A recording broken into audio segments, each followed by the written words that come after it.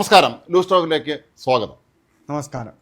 ഇന്ന് ഒരുപാട് വിഷയങ്ങൾ നമ്മുടെ മുന്നിലുണ്ട്. ഇപ്പോൾ പാർലമെന്റിൽ ചർച്ച നടക്കുകയാണ്. നമ്മൾ റെക്കോർഡ് ചെയ്യുന്ന സമയത്ത് കുറച്ച് നേരത്തെ നമ്മൾ റെക്കോർഡ് രാഹുൽ ഗാന്ധി സംസാരിച്ചുകൊണ്ടിരിക്കുകയാണ് നമ്മൾ റെക്കോർഡ് ചെയ്യുന്ന സമയത്ത്. പിന്നീട് അദ്ദേഹം എന്തൊക്കെയാണ് പറഞ്ഞ വിശദാംശങ്ങൾ പൂർണ്ണമായി നമുക്ക് ലഭ്യമല്ലെങ്കിലും ചില കാര്യങ്ങൾ അദ്ദേഹത്തിന്റെ നിലപാടുകളെല്ലാം RSSനെതിരെ സംസാരിക്കുകയാണ്. RSS ആണ് ഈ പ്രശ്നമെല്ലാം ഉണ്ടാക്കുന്ന തരത്തിൽ അദ്ദേഹം രാഷ്ട്രീയ ആക്രമണം ലോക്സഭയിൽ അഴിച്ചുവിടുകയാണ്. അദ്ദേഹം നടത്തിയ ചില പദപ്രയോഗങ്ങൾ ശരിയായില്ല എന്നൊക്കെ പറഞ്ഞ ആദ്യം അങ്ങനെയുള്ള ചർച്ചകളൊക്കെ ഉണ്ട്. എന്നാലും ഈ RSSും പ്രധാനമന്ത്രി നരേന്ദ്രമോദിയും തമ്മിൽ അകലുന്ന സൂചനകൾ കുറച്ചു കാലമായിട്ട് ഉണ്ടായിരുന്നു. പ്രത്യേകിച്ച് അയോധ്യയിലെ പ്രശ്നങ്ങൾ, അയോധ്യയിലെ ഫണ്ട് തട്ടിപ്പ്, അതുമായി ബന്ധപ്പെട്ട് ആ പരിവാർ ഗ്രൂപ്പിൽ 2 ചേരികൾ ഉണ്ടാകുന്നു എന്ന് പറയുന്നൊരു ചർച്ച വളരെ സജീവമായിരുന്നു. അത് ഇന്ത്യൻ രാഷ്ട്രീയത്തെ എങ്ങനെ ബാധിക്കുമെന്നൊക്കെ പറയുന്ന വിലയിരുത്തലുകൾ ഉണ്ടാകുമ്പോഴാണ് ഈ നമ്മുടെ കോക്രോച്ച് ജനതാ പാർട്ടിയുടെ പ്രക്ഷോഭം വരുന്നത്, അത് കോൺഗ്രസ് ഏറ്റെടുക്കുന്ന അതിൻ്റെ വിജയവും. പക്ഷേ ആ വിജയത്തോടെ ഈ പരിവാർ ചേരിയിൽ ആ ഭിന്നത ഇല്ലാതായിരിക്കുകയാണ്. നേരത്തെയും ചില സന്ദർഭങ്ങളിൽ ഇതേപോലെ ഉണ്ടായപ്പോൾ ഇതേപോലുള്ള കർഷക സമരങ്ങളൊക്കെ ഉണ്ടാകുമ്പോഴാണ് അത് വീണ്ടും അവരുടെ ദേശീയ വികാരമായി അവർ വീണ്ടും ഒന്നിക്കുകയും വീണ്ടും തുടർ ഭരണത്തിന്റെ വഴികളിലേക്ക് പോവുകയും ചെയ്യും. ഞാൻ മനസ്സിലാക്കുന്ന അങ്ങനെ ഒരു മോദിയുമായിട്ട് RSS അകലം പാലിക്കുന്ന ഒരു സമയം, ആ സമയം പെട്ടെന്ന് രാഹുൽ ഗാന്ധി അകലം മാറ്റി അവര് വീണ്ടും ഒരുമിച്ചിരിക്കുകയാണ്. അങ്ങനെ ഇനി UP നിയമസഭാ തെരഞ്ഞെടുപ്പിൽ എന്ത് സംഭവിക്കും എന്നുള്ളതാണ്. കഴിഞ്ഞ തവണ തന്നെ BJPക്ക് ലോക്സഭാ തെരഞ്ഞെടുപ്പിൽ UPയിൽ ചെറിയ തിരിച്ചടികളൊക്കെ ഉണ്ടായിരുന്നു. ചെറുതല്ല, സാമാന്യ നല്ല തിരിച്ചടി ഉണ്ടായിരുന്നു. അതുകൊണ്ടാണ് അവർക്ക് ഈ ഒറ്റയ്ക്കുള്ള ഭൂരിപക്ഷമൊക്കെ നഷ്ടമായത്. അതിന് കാരണം RSS മൗനമായി എടുത്ത ചില നിലപാടുകളാണെന്നും മോദിയോട് അവർക്കുണ്ടായിരുന്ന വിരോധത്തിന്റെ പ്രതിഫലനമാണ് അതെന്നൊക്കെ വിലയിരുത്തലുണ്ടായിരുന്നു. പക്ഷേ അതെല്ലാം അവർ പിന്നീട് പാക്കപ്പ് ചെയ്ത് ഇങ്ങനെ അഡ്ജസ്റ്റ് ചെയ്ത് പോവുകയായിരുന്നു. മന്ത്രിസഭാ രൂപീകരണത്തിലൊക്കെ RSSന്റെ വാക്കുകളൊക്കെ മുകളിലേക്ക് എടുത്തു. പെട്ടെന്നാണ് ഈ അയോധ്യയിലെ വിഷയം വരുന്നത്. കേരളത്തിൽ അയ്യപ്പനെ പോലെ തന്നെ UPയിൽ രാമനൊരു വലിയ വികാരമാണ്. അപ്പം അങ്ങനെ ഒരു വികാരവും ചർച്ചയൊക്കെ നടക്കുമ്പോഴാണ് പെട്ടെന്ന് അവർ ആ ഒരു ഭിന്നത, പരിവാർ ഗ്യാങ്ങിൽ ആ ഒരു ഭിന്നത ഇല്ലാതാക്കി അവരെല്ലാം ഒരുമിച്ചിരിക്കുന്ന ഒരു സാഹചര്യം. ഇപ്പൊ DG മോഹൻദാസിനെ പോലെ ചിലരൊക്കെ മാറി ചിന്തിക്കുന്നുണ്ടെങ്കിലും RSSലെ ബഹുഭൂരിപക്ഷം ആളുകളും ഈ മോദി ഈ ഇപ്പോഴത്തെ ഒരു ചർച്ചയിൽ അവർ ഒരുമിക്കുന്ന ഒരു കാഴ്ചയാണ് കാണുന്നത്. അപ്പോൾ ഏതായാലും നമുക്ക് പക്ഷേ കേരളത്തിലേക്ക് വരാം. വീണ്ടും നമുക്ക് കേരളത്തിൽ നമ്മൾ വളരെ പ്രധാനപ്പെട്ട ഒരു കാര്യം, ഇന്നലെ ലൂസ് ടോക്ക് റെക്കോർഡ് ചെയ്തതിന് ശേഷമാണ് വളരെ പ്രധാനപ്പെട്ട ചില സംഭവങ്ങൾ ഉണ്ടായത്. അതിൽ ഒന്നാണ് നമ്മുടെ ADGP സസ്പെൻഷനിൽ കഴിയുന്ന ADGP MR അജിത് കുമാർ നൽകിയ സസ്പെൻഷൻ സ്റ്റേ ചെയ്യണമെന്നുള്ള അപേക്ഷ കാറ്റ് തള്ളിയത്. അത് ഈ ഒരു ഉത്തരവ് കാറ്റിന് മുന്നിൽ വരുന്നത് സർക്കാരിൻ്റെ ഉത്തരവാണ്, അത് സ്റ്റേ ചെയ്യണമെന്നാണ് പറയുന്നത്. അപ്പം തീർച്ചയായിട്ടും കാറ്റ് എന്ന് പറഞ്ഞാൽ ഒരു ജുഡീഷ്യൽ ബോഡിയാണ്. അവരത് വായിച്ചു നോക്കും, ആ ഉത്തരവ് വായിച്ചു നോക്കും. ആ ഉത്തരവ് എന്ന് പറഞ്ഞാൽ പഴുതടച്ച ഉത്തരവായിരുന്നു. അത് വളരെ കൃത്യമായിട്ടാണ്, എന്താ കൃത്യമായ ആരോപണങ്ങൾ ഇവിടെ പ്രോസിക്യൂട്ടർ ഈ സർക്കാരിന് ശേഷം മാറ്റി നിയമിച്ച് കാണുമായിരിക്കാം. അതേപോലെ തന്നെ ഈ ഉത്തരവ്, സർക്കാർ ഉത്തരവ് എന്ന് പറഞ്ഞാൽ എന്തുകൊണ്ട് ആണ് അജിത് കുമാറിനെ സസ്പെൻഡ് ചെയ്യേണ്ട സാഹചര്യം ഉണ്ടായതെന്ന് കൃത്യമായി വിശദീകരിക്കുന്ന ഉത്തരവാണ് സർക്കാർ ഇറക്കിയത്. അല്ലാതെ ഒറ്റ വരിയിൽ ഇന്ന കാരണം കൊണ്ട് അന്വേഷണ വിധേയമായി ഇയാളെ സസ്പെൻഡ് ചെയ്യുന്നു എന്നല്ല. ഇദ്ദേഹം എങ്ങനെയാണ് ആ വിഷയത്തിൽ ഇടപെട്ടത്, അദ്ദേഹം ആ വിഷയത്തോട് എങ്ങനെയാണ് പ്രതികരിച്ചത്, അദ്ദേഹത്തിൻ്റെ മൊഴി എന്തായിരുന്നു, അദ്ദേഹത്തിൻ്റെ ഈ മൊഴി തന്ന അദ്ദേഹത്തിൻ്റെ ആവശ്യങ്ങൾ എന്തായിരുന്നു, വിചിത്രമായ ആവശ്യങ്ങളായിരുന്നു. അതിൽ തന്നെ പറയുന്നുണ്ട്, അതിലൊന്നെന്ന് പറഞ്ഞാൽ ഇദ്ദേഹത്തിനെതിരെ മൊഴി കൊടുക്കുന്ന ആളുകളെ വിസ്തരിക്കാനുള്ള അവസരം വേണം, അവരുടെ മൊഴിപ്പകർപ്പ് വേണം, രേഖകൾ വേണം എന്നൊക്കെ പറയുന്ന തരത്തിലുള്ള ആവശ്യങ്ങൾ. അപ്പം അങ്ങനെ എല്ലാ പോയിന്റുകളും ചേർത്താണ് ആ ഉത്തരവ് വളരെ സമഗ്രമായി ഉണ്ടാക്കിയത്. നമ്മൾ നേരത്തെ തന്നെ റിപ്പോർട്ട് ചെയ്യപ്പെട്ടതാണ്. ചീഫ് സെക്രട്ടറി ബിശ്വനാഥ് സിൻഹ പ്രത്യേക താല്പര്യം, അദ്ദേഹം തന്നെയാണ് ഉത്തരവ്. സാധാരണ ആഭ്യന്തര സെക്രട്ടറി മതി, അതെ, സർക്കാർ പോലീസിന്റെ കാര്യമൊക്കെ ആയതുകൊണ്ട് ആഭ്യന്തര സെക്രട്ടറിക്ക് വേണമെങ്കിൽ സസ്പെൻഷൻ ഉത്തരവ് ഇറക്കാം. പക്ഷേ ഇവിടെ ചീഫ് സെക്രട്ടറിയുടെ ഓഫീസ് നേരിട്ട് ഇടപെട്ടു, കൃത്യമായ അജിത് കുമാറിന് എതിരെ ഉള്ള ഉത്തരവ്. ഈ ചീഫ് സെക്രട്ടറി ഇത് ചെയ്യാനുള്ള പ്രധാനപ്പെട്ട കാരണമായി പലരും ഇപ്പോൾ ചൂണ്ടിക്കാട്ടുന്നത്, നമ്മൾ കഴിഞ്ഞ ദിവസങ്ങളൊക്കെ പറഞ്ഞാണെങ്കിലും ഈ ആഭ്യന്തര സെക്രട്ടറി ആയിരുന്നു നേരത്തെ, അതെ, വളരെ കാലം ആഭ്യന്തര സെക്രട്ടറി ആയിരുന്നു. അദ്ദേഹത്തെ ഈ MR അജിത് ശാലം പോലും വകവയ്ക്കില്ലായിരുന്നുവെന്നും അദ്ദേഹം എന്ത് കാര്യം പറഞ്ഞാലും ഞാൻ അത് മുഖ്യമന്ത്രിയോട് നേരിട്ട് സംസാരിച്ച് തീർത്തോളാം, CM-നോട് പറഞ്ഞോളാം എന്നുള്ള രീതിയിലേക്ക് പോയിരുന്നുവെന്നും. അങ്ങനെ അത് ഒരു ഉള്ളിൽ ഒരു കരിപ്പായ അവിടെ ഉണ്ടായിരുന്നു. ആഭ്യന്തര സെക്രട്ടറിക്ക് ഒരു വിലയും കൊടുക്കാതെ ക്രമസമാധാന ചുമതലയുള്ള ADGP മുന്നോട്ട് പോയി. എപ്പോഴും ആഭ്യന്തര സെക്രട്ടറി എന്ന് പറയുന്നത് DGPക്കും മുകളിൽ വരുന്നത്, DGP റിപ്പോർട്ട് ചെയ്യുന്ന ആളാണ് ആഭ്യന്തര സെക്രട്ടറി. അപ്പം പക്ഷെ ആ വില അടിയന്തരാവസ്ഥ ജയറാം പണിക്കൽ ഇങ്ങനെയായിരുന്നു കേട്ടിട്ടുണ്ട്. അന്ന് IG ആയിരുന്ന VN രാജൻ എന്ത് പറയുമ്പോഴും ജയറാം പണിക്കൽ ഞാൻ HM-നോട് ഹോം മിനിസ്റ്ററോട് അദ്ദേഹത്തോട് പറഞ്ഞോളാം, തായിൽ ഇടപെടണം എന്ന രീതിയിൽ എല്ലാം ഒരു സൂപ്പർ അന്ന് IG DGP സൂപ്പർ IG അദ്ദേഹം പെരുമാറിയെന്നാണ്. പക്ഷേ ജയറാം പണിക്കലിന് ശേഷം വന്ന ഒരു സൂപ്പർ ക്രമസമാധാന ചുമതലയുള്ള ADGP ആയിരുന്നിരിക്കാം ഈ MR അജിത്കുമാറും. രസകരമായ കാര്യം MR അജിത്കുമാർ ജയറാം മെഡിക്കലിനെ നമ്മൾ പറയുമ്പോൾ ജയറാം മെഡിക്കലിന് എപ്പോഴും ഇപ്പം നമ്മളൊരു മോശമായ മുഖം പലപ്പോഴും വരാറുണ്ടെങ്കിൽ പോലും സ്കോട്ട്ലൻഡ് യാർഡിൽ പരിശീലനം കിട്ടിയ കേരളത്തിൽ നിന്നുള്ള ഒരുപക്ഷെ വേറെ കൊണ്ടാൽ നമുക്കറിയില്ല, ആദ്യ കാലഘട്ടങ്ങളിൽ പരിശീലനം കിട്ടിയ ഒരു ഉദ്യോഗസ്ഥനായിരുന്നു അദ്ദേഹം. അദ്ദേഹം വളരെ സമർത്ഥനായ ഉദ്യോഗസ്ഥനായിരുന്നു, അക്കാര്യത്തിൽ യാതൊരു സംശയമില്ല. പക്ഷെ അദ്ദേഹത്തിന് സംഭവിച്ചത് ഇത് തന്നെയാണ്.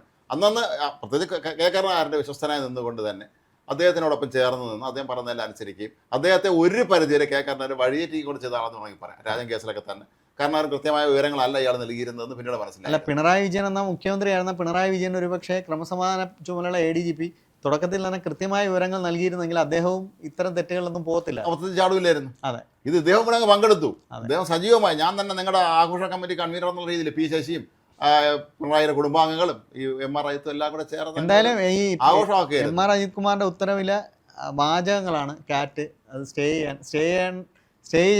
ചെയ്യാവുന്നതിലപ്പുറമുള്ള കണ്ടന്റ് അതിലുണ്ടായിരുന്നു. അതുകൊണ്ടാണ് സ്റ്റേ ചെയ്യാൻ സസ്പെൻഡ് ചെയ്ത ഉത്തരവ് പോലെ കുറ്റപത്രം പോലെയായിരുന്നു. വളരെ ദീർഘമാണത്. അതാണ് സസ്പെൻഡ് ചെയ്ത ഉത്തരവ് എന്ന് പറഞ്ഞാൽ യഥാർത്ഥത്തിൽ കുറ്റപത്രം, ചാർജ് ഷീറ്റ് ആയിരുന്നു.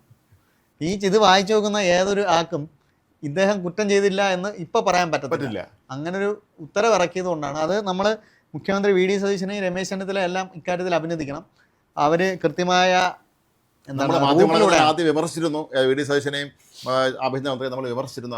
അവർ ഇയാളെ രക്ഷിക്കാൻ ശ്രമിക്കുകയാണ്, നടപടി എടുക്കുന്നില്ല എന്നൊക്കെ പറഞ്ഞ് അജിത് കുമാർ രക്ഷപ്പെട്ടു പോകുമെന്ന് പറഞ്ഞ് ഞാൻ പറയുന്നൊരു കാര്യം കൂടെ, DGPയുടെ റിപ്പോർട്ട് ആഭ്യന്തര മന്ത്രിയുടെ കയ്യിലെത്തി ഒരു 2 മണിക്കൂറിനകത്ത് സസ്പെൻഷൻ ഉത്തരവ് വന്നു എന്നുള്ളത് ഒരു വൈകലും ഉണ്ടായില്ല. പക്ഷെ ചിലരൊക്കെ പറഞ്ഞ് രമേശ് ചെന്നിത്തല വിളിച്ചിട്ട് കൊടുക്കണ്ടെന്ന് പറഞ്ഞു, അങ്ങനെ വെച്ചേക്കാന്ന് പറഞ്ഞു. അങ്ങനെയാണെങ്കിൽ ഇത്രയും വേഗതയിൽ ഇത് നടക്കില്ല. മാത്രമല്ല പിന്നീട് പുറത്തു വന്ന ഒരു വാർത്ത, അത് പൂർണ്ണമായി ശരിയാണോ നമുക്ക് അറിയില്ല. നമുക്ക് ലഭിച്ച ഒരു വാർത്ത അനുസരിച്ചാണെങ്കിൽ അത് DGP ഓഫീസിലെ തന്നെ ഒരു പോലീസ് IPS ഉദ്യോഗസ്ഥ താഴ്ത്തി വെച്ചിരുന്നു എന്നും പറയുന്നു. അതേപോലെ തന്നെ പോലീസ് മേധാവിയായ റവാഡ ചന്ദ്രശേഖരനോട് എല്ലാവരോടും വാത്സല്യമുള്ള ഒരാളാണ് റവാഡ എന്നാണ് പറയുന്നത്. ആരെയും ദ്രോഹിക്കാതെ എല്ലാവരും ചെയ്തു പോവുക എന്നുള്ള ഒരു അജിത് കുമാർ അദ്ദേഹം ജീവിതത്തിന്റെ അബദ്ധം പറ്റിയിട്ടുണ്ട്. പണ്ട് കൂത്തുപറമ്പ് ഓടിയപ്പനെ അദ്ദേഹത്തിന് നേരിട്ട് ഒരു ബന്ധമില്ലാതെ ഹക്കീം ബത്തേരി അവിടെ നടത്തിയ പരിപാടിക്ക് അവസാനം ഇദ്ദേഹം സമാനം പറഞ്ഞു. അതുകൊണ്ട്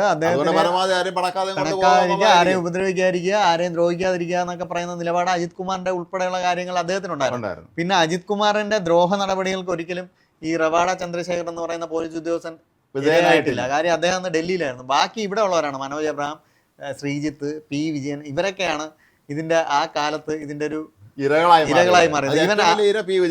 അതല്ല, ആഭ്യന്തര സെക്രട്ടറി പോലും ഇരയായിട്ടുണ്ട്. എന്ത് ചോദിച്ചാലും CM-ന്റെ അടുത്ത് അന്നത്തെ DGP ഷെയ്ഖ് ദർവേഷ് സാഹിബായിരുന്നു. അദ്ദേഹത്തിനോട് എങ്ങനെയാണെന്ന് അദ്ദേഹം പറഞ്ഞാലേ നമുക്ക് മനസ്സിലാവുള്ളൂ. എന്തായാലും ഈ അജിത് കുമാറിന്റെ നമ്മൾ എന്ത് പറഞ്ഞാലും അജിത് കുമാർ എന്ന് പറഞ്ഞാൽ ഒരു അഴിമതിക്കാരനല്ല. പക്ഷേ അജിത് കുമാർ ഈ അമിത വിധേയത്വം അങ്ങനെയാണ്. അത് പല ഉദ്യോഗസ്ഥന്മാരും അമിത വിധേയത്വം കാണിക്കുമ്പോൾ നമ്മുടെ രാഷ്ട്രീയ നേതൃത്വത്തിലുള്ള ഒരു പദവി ഇരിക്കുന്നവർ ശ്രദ്ധിക്കുക ഇവരെ. കാരണം ഇവര് നമ്മളെ പൂഴ്ത്തിക്കൊണ്ട് തന്നെ ഇരിക്കും. നമ്മൾ ശരിയാണ്. അമിത വിധേയത്വം കാണിക്കുമ്പോൾ നമ്മൾ ശ്രദ്ധിക്കേണ്ടത് അവർ കുഴിയിൽ വീഴാതെ നോക്കേണ്ട അവസ്ഥയും കൂടെ ഉണ്ട്. ഇപ്പം അജിത് കുമാർ നന്നായി പിണറായി വിജയനെ നോക്കിയിരുന്നെങ്കിൽ ഇപ്പം തുടർഭരണം വീണ്ടും കിട്ടി. പിണറായി വിജയൻ ഇപ്പം മുഖ്യമന്ത്രിയായി ഇരുന്നേനെ. അതിൽ അദ്ദേഹത്തിന് വലിയ ഉത്തരവാദിത്ത വീഴ്ചയും പറ്റി. PV അൻവറിനെ പോലുള്ളവരൊക്കെ പലതുമായി വരുമ്പോൾ ആദ്യം ഇതിലുണ്ട് സാർ, മറ്റുണ്ട് സാർ എന്നൊക്കെ പറഞ്ഞ് മറുനാടൻ മലയാളിയൊക്കെ ഉപദ്രവിക്കാൻ ഇറങ്ങി പുറപ്പെട്ടതിൽ പ്രധാനിയാണ്. അത് ഒരുപക്ഷെ അന്ന് തന്നെ പിണറായി വിജയനോട് ഞാൻ ഇപ്പോഴും വിചാരിക്കുന്നത് ഇങ്ങനെയാണ്, ഇതിൽ തെളിവില്ലാത്തതാണ്, ഇതിൽ കഴമ്പില്ലാത്തതാണെന്ന് പറഞ്ഞിരുന്നെങ്കിൽ അദ്ദേഹം ഇത്തരം പോരാട്ടത്തിന് ഇറങ്ങില്ലായിരുന്നു. പിന്നീട് അദ്ദേഹത്തിന് അത് മനസ്സിലായപ്പോൾ പിണറായി വിജയൻ തന്നെ അത് പറഞ്ഞിട്ടുണ്ട്. തോന്നുന്നു പിണറായി വിജയൻ നിസ്സഹായനായിരുന്നിരിക്കാം. കാരണം അയാൾക്ക് ഒന്നിലും ഒരു ബോധം ഉണ്ടായിരുന്നില്ല. വീട്ടുകാരായിരിക്കും, അടുക്കള കിച്ചൺ ക്യാബിനറ്റ് ഉണ്ട്, നിലയിൽ അവിടെ കിട്ടുന്ന വിവരങ്ങൾ അനുസരിച്ച് ഇവർ ഇവിടെ വന്ന് പറയുകയും നടപ്പിലാക്കുകയും ചെയ്തു. പിണറായി വിജയനോട് ഒരിക്കലും സത്യങ്ങൾ കമ്മ്യൂണിക്കേറ്റ് ചെയ്യപ്പെട്ടിട്ടില്ല. അല്ല, അതാണ് കാര്യം. ഒരു ഭരണാധികാരിയുടെ അടുത്ത് 77 കരുണാകരൻ മുഖ്യമന്ത്രി സ്ഥാനം രാജിക്കൊണ്ട് പറയുന്നത് ജയറാം മെഡിക്കലിന്റെ വാക്ക് കേട്ടോണ്ട് രാജനോ കസ്റ്റഡിയിലുണ്ടായില്ലെന്ന് പറഞ്ഞതാണ്. അത് കഴിഞ്ഞ് ചാരക്കേസ് വന്നപ്പോൾ രമണ ശ്രീവാസ്തവയെ രക്ഷിക്കാൻ ശ്രമിച്ചു കരുണാകരൻ മുഖ്യമന്ത്രി സ്ഥാനം രാജിക്കേണ്ടത്. സത്യത്തില് ആ രണ്ട് വിഷയങ്ങൾ തമ്മിലൊരു കാതലായ മാറ്റമുണ്ട്. ഈ ജയറാം മെഡിക്കലിന്റെ സംഭവമല്ല, ഈ ചാരക്കേസ് എന്ന് പറഞ്ഞാൽ കോൺഗ്രസിനുള്ളിൽ നിന്നുണ്ടായ കലാപമാണ്. അവിടെ ഈ രമൺ ശ്രീവാസ്തവ എന്ന് പറഞ്ഞ വ്യക്തിക്ക് ഒരു പങ്കുമില്ലായിരുന്നു. പുള്ളി കരുണാകരനോട് വിശ്വസനായ ഉദ്യോഗസ്ഥൻ ഒരു ദിവസം വിമാനത്താവളത്തിൽ നിന്ന് വന്നു എന്നുള്ള ഒരു തെറ്റ് മാത്രമേ ചെയ്തുള്ളൂ. അതുമായി ബന്ധപ്പെട്ട് കഥകൾ ഉണ്ടാക്കുകയും പുള്ളിയാണ് ഇത് നടത്തിയെന്ന് വരുത്തി തീർക്കുകയും പിന്നെ എന്ത് സംഭവിച്ചു, പുള്ളി ഇന്ത്യയുടെ അതിർത്തി രക്ഷാസേനയുടെ തലവനായി മാറി എന്നുള്ളതാണ്. അങ്ങനെ ഒരു ചാരപ്രവർത്തനവും പുള്ളി ഇല്ല, നടത്തിയിട്ടില്ല. നടത്തിയിട്ടില്ല. രമൺ ശ്രീവാസ്തവ നടത്തിയിട്ടില്ല. കേൾക്കാനാണ് ചെയ്യാമായിരുന്നു. അദ്ദേഹം സ്വന്തം തടി രക്ഷിക്കാൻ വേണ്ടി വേണമെങ്കിൽ ശ്രീവാസ്തവ അദ്ദേഹം ഹസ്ബൻഡ് ചെയ്യുന്ന പ്രശ്നമില്ലായിരുന്നു. അതെ. അദ്ദേഹം പ്രൊട്ടക്ട് പക്ഷേ ചെയ്തു. കരുണാകരന് സത്യം അറിയാവുന്നതുകൊണ്ടാണ് അതെ, protect ചെയ്തത്. ശ്രീവാസ്തവയെ അറിയാമായിരുന്നു. ശ്രീവാസ്തവയിൽ ഇതിൽ പങ്കില്ല, പുള്ളിക്ക് ഇതിലൊരു പങ്കുമില്ല എന്ന് പുള്ളിക്ക് അറിയാമായിരുന്നു. അതുകൊണ്ടാണ് പുള്ളി പക്ഷേ പിണറായി വിജയൻ അങ്ങനെ അറിഞ്ഞുണ്ടല്ലോ, ഉറപ്പായിട്ട് സസ്പെൻഡ് ചെയ്യണം. കാരണം അയാളെ സ്വന്തം തടി രക്ഷിക്കണം. അതെ. ഇയാളെ തലയ്ക്ക് വെച്ച് കൊടുക്കും. അതെ. ഇപ്പോൾ എൻ്റെ അടുത്ത് ഒരാൾ പറഞ്ഞു കേട്ടിട്ടുള്ളതാണ്, ശ്രീവാസ്തവ സസ്പെൻഡ് ചെയ്യപ്പെട്ട് കരുണാകരനെ പോയി പിന്നീട് കാണുകയും എനിക്കിങ്ങനെ ഞാൻ തെറ്റ് ചെയ്യാതെ എനിക്കിങ്ങനെ പറ്റിപ്പോയെന്ന് പറഞ്ഞപ്പോൾ കരുണാകരൻ പറഞ്ഞു, ഞാനെന്ത് പറയാം, എൻ്റെയും പണി പോയി, ഞാനും. ആണല്ലോ. അതെ. രാജ്യം കേസിലും ഒക്കെ തന്നെ സംഭവിച്ചാണല്ലോ. അങ്ങനെ കരുണാകരൻ നേരിട്ടും ചെയ്തതാണ്. പക്ഷേ കെ കരുണാകരൻ ഒരു പ്രത്യേകത, അദ്ദേഹം ഉദ്യോഗസ്ഥന്മാരെ പ്രൊട്ടക്ട് ചെയ്യുമായിരുന്നു. അതെ. ഈ പിണറായി വിജയൻ ആരെയും പ്രൊട്ടക്ട് ചെയ്യില്ല. ഇത്ര കഷ്ടാലം വന്നാൽ പിന്നെ അവൻ്റെ വിധി എന്ന് വിചാരിച്ച് അങ്ങ് പോകാനേ പറ്റുള്ളൂ, വേറെ ഒന്നും ചെയ്യില്ല. അപ്പോൾ ഏതായാലും അജിത്തിനെ സംബന്ധിച്ചിടത്തോളം അദ്ദേഹത്തിൻ്റെ കരിയറിൽ സംഭവിക്കാൻ പോകുന്നത് എന്താണെന്ന് പറയാം. കരിയർ എന്ന് പറഞ്ഞാൽ ഇനിയിപ്പം ഒരു DGP പദത്തിലേക്ക് അദ്ദേഹത്തിന് പ്രൊമോഷൻ കിട്ടാനുള്ള ഒരു അവസരമാണ് ഇവിടെ ഇല്ലാതാകുന്നത്. ഇനിയിപ്പം നമ്മൾ നോക്കിയാൽ നമ്മുടെ അടുത്തിനി വിരമിക്കാൻ പോകുന്ന IPS ഉദ്യോഗസ്ഥൻ മുതിർന്ന ഈ 4 DGPമാരാണ് കേരളത്തിനുള്ളത്. 4 DGPമാരിപ്പം നിതിൻ അഗർവാൾ, അദ്ദേഹത്തെ പറ്റി പ്രത്യേകിച്ച് പറയേണ്ടതുണ്ട്. അദ്ദേഹം ഇന്ത്യയുടെ ഏറ്റവും വലിയ IPS ഉദ്യോഗസ്ഥനാണ്. അദ്ദേഹം ആർക്കും വഴങ്ങാത്ത ഉദ്യോഗസ്ഥനാണ്. അമിത്ഷായ്ക്ക് പോലും വഴങ്ങിയിട്ടില്ല എന്നാണ് റിപ്പോർട്ട്. അതുകൊണ്ടാണ് അദ്ദേഹത്തിന് BSFന്റെ ഡയറക്ടർ ജനറൽ സ്ഥാനത്ത് നിന്ന് അദ്ദേഹത്തിന് കേരള കേഡറിലേക്ക് തിരിച്ചു വരേണ്ടി വന്നത്. പക്ഷേ അദ്ദേഹത്തിൻ്റെ ഒരു പ്രതിഭ, അദ്ദേഹത്തിൻ്റെ കഴിവ്, അദ്ദേഹത്തിൻ്റെ കുറ്റാന്വേഷണ മികവ് ഇതൊന്നും കേരളത്തിൽ അംഗീകരിക്കപ്പെട്ടില്ല. അദ്ദേഹത്തിന് പോലീസ് മേധാവിയാവാൻ പറ്റിയില്ല. ഇത്രയും പ്രഗത്ഭനായ ഒരാൾക്ക് കേരളത്തിൻ്റെ പോലീസ് മേധാവിയാവാൻ പറ്റാതെ വിരമിക്കേണ്ടി വരുന്ന ഒരു സാഹചര്യം ഇവിടെയുണ്ട്. അങ്ങനെ അദ്ദേഹം വിരമിക്കുമ്പോൾ സ്വാഭാവികമായിട്ട് ഇപ്പം നിതിൻ അഗർവാൾ, നമ്മുടെ രവട ചന്ദ്രശേഖർ, പിന്നെ യോഗേഷ് ഗുപ്ത, മനോജ് എബ്രഹാം, ഇവരാണ് 4 DGPമാർ. അതായത് കേന്ദ്ര അംഗീകാരമുള്ള 4 DGPമാർ കേഡറിലുള്ളവർ, കേന്ദ്ര കേഡറിലുള്ളവർ ഇവരാണ്. ഇതിൽ സ്വാഭാവികമായിട്ട് നിതിൻ അഗർവാൾ വിരമിക്കുന്നതുകൊണ്ടാണ് ഇപ്പോൾ ഒരു ഒഴിവ് വരുന്നത്. ഇതിന്ന് ആഭ്യന്തരമന്ത്രി രമേശ് ചെന്നിത്തല പറഞ്ഞതുപോലെ തന്നെ 8 മാസം മുമ്പ് തന്നെ ഇങ്ങനെ ഒരു ഒഴിവുണ്ടാകുമ്പോൾ ആരെ ആകണം അടുത്തതെന്ന ശുപാർശ കഴിഞ്ഞ സർക്കാർ തന്നെ മുഖ്യമന്ത്രിയായിരുന്ന പിണറായി വിജയൻ പ്രത്യേക ക്യാബിനറ്റിൽ തീരുമാനിച്ചിരുന്നു. അതുകൊണ്ട് തന്നെ ഇപ്പം നിതിൻ അഗർവാൾ വിരമിച്ചു കഴിഞ്ഞാൽ സ്വാഭാവികമായിട്ട് അജിത് കുമാർ DGP ആവും. ഈ സർക്കാരിന് തീരുമാനിക്കാൻ മുൻ സർക്കാരുകൾ തുടർച്ചയാണല്ലോ. പക്ഷേ ഇവിടെ സസ്പെൻഷൻ വരുമ്പോൾ അടുത്ത ആളായ S. ശ്രീജിത്ത് അവിടെ കയറി വരികയാവും. S. ശ്രീജിത്ത് കയറി വരികയാണ്. S. ശ്രീജിത്ത് കയറി വരുമ്പോൾ ഇനി അടുത്ത് വിരമിക്കാൻ പോകുന്നത് രവട ചന്ദ്രശേഖറാണ്. രവട ചന്ദ്രശേഖർ വിരമിക്കുമ്പം ഈ സസ്പെൻഷനൊക്കെ ഇങ്ങനെ തന്നെ തുടരാനാണ് സാധ്യത. അല്ലെങ്കിൽ ഇത് ക്ലിയർ ആയി പോകുന്ന എനിക്ക് തോന്നുന്നില്ല. അപ്പം തീർച്ചയായിട്ടും അടുത്ത ആള് ഈ ലൈനിലുള്ള അടുത്ത ആള് ശ്രീജിത്ത് കഴിഞ്ഞിട്ട് ഞാൻ പറഞ്ഞ രവട ചന്ദ്രശേഖർ വിരമിക്കുമ്പോഴും അടുത്ത ആള് ആവും. കാര്യം എന്ന് പറഞ്ഞാൽ മനോജ് എബ്രഹാമിനും യോഗേഷ് ഗുപ്തയ്ക്ക് ഒരുപാട് സർവീസ് ഉണ്ട്. അവർ 31 വരെ 31-ലോ 30-ലൊക്കെയാണ് അവർ വിരമിക്കുന്നത്. പക്ഷെ ബാക്കി എല്ലാവരും ഇപ്പം അജിത് കുമാർ, ഈ ജൂനിയേഴ്സ് എല്ലാം അതിന് മുമ്പേ വിരമിക്കുന്നവരാണ്. അപ്പം അജിത് കുമാറിന് DGP 1.5 വർഷം കണ്ടേ ഉള്ളൂ. 1.5 വർഷമേ ഉള്ളൂ. DGP പദവി കിട്ടാനുള്ള സാധ്യത വളരെ കുറവാണ്. പിന്നെ വേറൊരു വിഷയം എന്ന് പറഞ്ഞാൽ രവട ചന്ദ്രശേഖർ വിരമിക്കുമ്പോൾ ഇവിടെ ഒരു പ്രോസസ്സ് നടക്കുമല്ലോ, അടുത്ത പോലീസ് മേധാവി ആരാണ് ഒരു ലിസ്റ്റ് കൊടുക്കാൻ. അതിൽ സ്വാഭാവികമായിട്ട് അജിത് കുമാർ വരേണ്ടതാണ്. ഇത്തരം നടപടികളൊക്കെ ഉള്ളതുകൊണ്ട് സംസ്ഥാന സർക്കാർ തന്നെ ഇനി ഒഴിവാക്കും. DGP അവൻ അയോഗ്യനാണെന്നാണ് അവർ കൊടുത്തേക്കുന്നത്. CIT കൊടുത്ത സർക്കാരിന്റെ റിപ്പോർട്ടിൽ അയോഗ്യൻ എന്ന് പറയുമ്പോൾ അത് വളരെ പ്രധാനപ്പെട്ട സർക്കാർ പറയാണ്, അതായത് അയോഗ്യനാണെന്ന്. ഈ സർക്കാർ ഉള്ളിടത്തോളം കാലം അജിത് കുമാറിന് DGP പദം കിട്ടണമെങ്കിൽ വലിയ നിയമ പോരാട്ടങ്ങൾ നടത്തേണ്ടി വരും. സുപ്രീം കോടതി വരെ പോയാലേ അത് നടക്കുള്ളൂ എന്നാണ് കാറ്റ് പ്രാഥമികമായി തള്ളുമ്പോൾ തന്നെ നമുക്ക് മനസ്സിലാവുന്നത്. മാത്രമല്ല ഇപ്പൊ ഈ സത്യം പറഞ്ഞാൽ ഇനിയിപ്പോൾ ഇയാളെ പേരിൽ ചില ക്രിമിനൽ കേസുകളും വിജിലൻസ് കേസുകളും അത് രമേശ് ചെന്നിത്തല ഇന്ന് തന്നെ പറഞ്ഞിട്ടുണ്ട്. ഇത് നടപടിക്രമങ്ങൾ പൂർത്തിയായതിനു ശേഷം ഇതിൽ വിജിലൻസ് കേസെടുക്കുന്ന കാര്യത്തിൽ നടപടികളുണ്ട്. അതേപോലെ തന്നെ നേരത്തെ നമ്മൾ പറഞ്ഞാണ് ഇദ്ദേഹത്തിനെതിരെ വേറെയും കേസുകൾ, എലത്തൂർ തീവണ്ടി സ്ഫോടനം, അതിൽ പി വിജയനെ കുരിക്കിയത് മാത്രമല്ല ആ അന്വേഷണം അട്ടിമറിക്കപ്പെട്ടതാണ്. ഒരാൾ ഒറ്റയ്ക്ക് വന്ന് കേരളത്തിലൊരു തീവണ്ടി കത്തിക്കുമെന്നൊക്കെ പറയുന്ന ഒരു തിയറി ഉണ്ടാക്കുക പോലീസ്, എന്നിട്ട് അയാൾ അങ്ങ് വീട്ടിൽ പോയി എന്നൊക്കെ പറഞ്ഞിട്ടേ അവിടെ നിന്ന് പോയി പിടിച്ചോണ്ട് വരുന്നു എന്നൊക്കെ പറയുന്ന തിയറി. പിന്നെ പിടിച്ചോണ്ട് വരുമ്പം ഇത് വീഡിയോ എടുക്കുന്ന മാധ്യമങ്ങളാണ് ഈ എലത്തൂരിൽ സ്ഫോടനം നടത്തിയ അല്ലെങ്കിൽ തീ കത്തിച്ച ആളേക്കാൾ വലിയ കുറ്റവാളി. ക്യാമറ പിടിച്ചു. അതെ, എങ്ങനെയെല്ലാം ദുരുപയോഗം. പക്ഷേ ഈ ഒരു DYSP ആയിരുന്ന അദ്ദേഹം കാസർഗോഡ് DYSP ആയിരുന്നു, അദ്ദേഹമാണ് കൊണ്ടുവന്നത്. അദ്ദേഹത്തിൻ്റെ മൊഴി ലഭ്യമാണ്, അബ്ദുൾ റഹീം, അദ്ദേഹത്തിൻ്റെ മൊഴി ലഭ്യമാണ്. ആ മൊഴിയിൽ വളരെ കൃത്യമായി പറയുന്നുണ്ട്, ഒരേ ഒരു മാധ്യമപ്രവർത്തകൻ മാത്രമാണ് വിവരം ചോർന്ന് കിട്ടി വിളിച്ചത്. ആ മാധ്യമപ്രവർത്തകൻ പറഞ്ഞത് അജിത് സാറ് പറഞ്ഞിട്ട് വിളിക്കുന്നു എന്നാണ്, എനിക്ക് വിവരം പറഞ്ഞു തരണമെന്നാണ്. ഒറ്റ മാധ്യമപ്രവർത്തകൻ. ഈ മാധ്യമപ്രവർത്തകനെ പല സാങ്കേതിക കാരണങ്ങളാൽ നമ്മൾ പേര് പേര് പറയുന്നത്, പറയണ്ട. അദ്ദേഹത്തെ മെഡിക്കൽ കോളേജിന്റെ ICUയിൽ കയറ്റി ഇദ്ദേഹത്തിന്റെ ഫോട്ടോ വരെ എടുപ്പിച്ചു. ഈ അജിത് കുമാറിന്റെ കൂടെയാണ് അദ്ദേഹം പോയത്. ഒരു വ്യാജരേഖ വിദഗ്ധനാണ് ഈ പുള്ളി, മാധ്യമപ്രവർത്തകൻ. അതെ, വളരെ കുപ്രസിദ്ധനായ, ഒരു സർക്കാരിന്റെ ഒരിടത്തും പഠിപ്പിക്കാൻ പാടില്ലാത്ത ഒരു മാധ്യമപ്രവർത്തകൻ. അപ്പൊ അത് ആ മൊഴിയിലുണ്ട്. എന്നിട്ടാണ് ഇവർ മാതൃഭൂമിയെ കുറ്റം ചാർത്തി മാതൃഭൂമിക്കെതിരെ കേസെടുത്ത് മാതൃഭൂമിയിലെ നിന്ന് ക്യാമറ പിടിച്ചെടുക്കുന്നു, എല്ലാം ചെയ്യുന്നു, കേസെടുക്കുന്നു. അതെ. പക്ഷേ ഈ അബ്ദുൾ റഹീമിന്റെ മൊഴി ഞാൻ കണ്ടതാണ്. ആ മൊഴി പരിശോധിച്ചാൽ അതിൽ മനസ്സിലാക്കേണ്ട ഒരു കാര്യം എന്ന് പറഞ്ഞാൽ മറ്റേ മാധ്യമ പ്രവർത്തനെതിരെയാണ് കേസെടുക്കുക മാത്രമല്ല, എലത്തൂർ പോലൊരു സ്ഫോടന കേസിൽ, അല്ല തീവണ്ടി കത്തിക്കലാണ്, സ്ഫോടനം എന്നല്ല പറയുന്നത്, തീവണ്ടി കത്തിക്കൽ കേസിൽ ഇങ്ങനെയുള്ള ദുരൂഹമായ വ്യക്തിത്വങ്ങൾ ഇടപെടുക എന്ന് പറഞ്ഞാൽ മാധ്യമപ്രവർത്തകന്റെ റോളിൽ ഇടപെടുന്നു, എവിടെ കൊണ്ടുപോകുന്നു എന്ന് പറയുന്നു. അതേപോലെ തന്നെ ഇതിൽ ഒരു വലിയ സാധനം എന്ന് പറഞ്ഞാൽ ആ റഹീം അദ്ദേഹത്തിന്റെ മൊഴി പറയുന്നുണ്ട്, ഇത് ഒരു സ്ഥലത്ത് നിന്ന് വണ്ടി പഞ്ചറാകുമ്പോൾ ചില കേന്ദ്രങ്ങൾ ഇവരെ അറ്റാക്ക് ചെയ്യാനൊക്കെ ശ്രമിച്ചിട്ടുണ്ട്, അതിൽ നിന്നൊക്കെ അവര് രക്ഷപ്പെട്ടു വന്നു എന്നാണ് ആ മൊഴി പറയുന്നത്, ഈ കൊണ്ടുവരുന്നതിന്റെ വഴിയിൽ. അതെ അതെ. അപ്പൊ അത്രയും ദുരൂഹമായ ഒരു കൊണ്ടുവരവ് നടന്നിട്ട് പോലും ഒരാളിലേക്ക് ഈ കേസ് ഒതുക്കി. ആ കേസ് പുനരന്വേഷിക്കണം. അതോടൊപ്പം തന്നെ വിജയനെതിരെ കള്ള ആരോപണം ചമച്ച കേസ് പുനരന്വേഷിക്കണമെന്ന് ആവശ്യപ്പെട്ട് വിജയൻ തന്നെ കൊടുത്തിട്ടുണ്ട്. അതേപോലെ വിജയൻ സ്വർണ്ണക്കൊള്ളക്കാരനാണെന്ന് സുജിത്ദാസിനോട് പറഞ്ഞു എന്ന് പറയുന്ന ഒരു മൊഴി പൊതുസമൂഹത്തിൽ നിൽപ്പുണ്ട്. അതിലും അദ്ദേഹം അന്വേഷണം ആവശ്യപ്പെട്ടിട്ടുണ്ട്. അപ്പൊ ഇതിലെല്ലാം അന്വേഷണങ്ങൾ വരുമെന്ന് തന്നെയാണ് പോലീസിലെ കേന്ദ്രങ്ങൾ പറയുന്നത്. പി വിജയനാകട്ടെ ലോ ആൻഡ് ഓർഡർ ADGP കൂടിയാണ്. അതെ. അപ്പോൾ അത് വളരെ പ്രധാനപ്പെട്ട. അപ്പോൾ ഏതായാലും ഞാൻ ഒരു കാര്യം പറയാം, നമ്മൾ പ്രത്യക്ഷത്തിലാണ് പറയുന്നത്. ഈ ലോ ആൻഡ് ഓർഡർ ADGP ആയിരിക്കുമ്പോഴും ഈ അജിത് കുമാർ വിഷയങ്ങളൊന്നും അദ്ദേഹം അമിതമായി ഇടപെടുന്നതായിട്ടൊന്നും റിപ്പോർട്ടുകൾ വരുന്നില്ല. അതെ അതെ, അദ്ദേഹം അങ്ങനെ ഇടപെടുന്നുണ്ടാവാം, സ്വാഭാവികമായിട്ട്. നമ്മളെ സസ്പെൻഡ് ചെയ്യിക്കാൻ നിന്ന ഒരാളെ ഇപ്പൊ അജിത് കുമാർ എന്ന് പറഞ്ഞ വ്യക്തി ശ്രമിച്ചെന്താണ് വിജയനെ സസ്പെൻഡ് ചെയ്യിപ്പിക്കുക.